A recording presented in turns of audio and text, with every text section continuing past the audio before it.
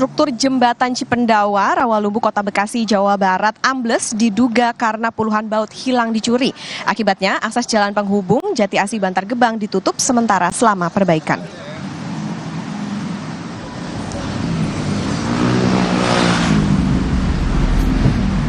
Struktur jembatan Cipendawa, Rawalumbu ambles 5 hingga 10 cm akibat sekitar 72 baut yang terpasang di rangka jembatan hilang dicuri.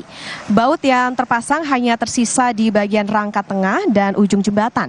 Khawatir membahayakan pengendara, akses jalan di jembatan Cipendawa arah Jati Asih menuju Bantar Gebang ditutup sementara. Pemkot Bekasi kini tengah memperbaiki struktur jembatan yang ambles dan mengganti baut yang hilang dan ditargetkan akan rampung dalam 3 minggu ke depan.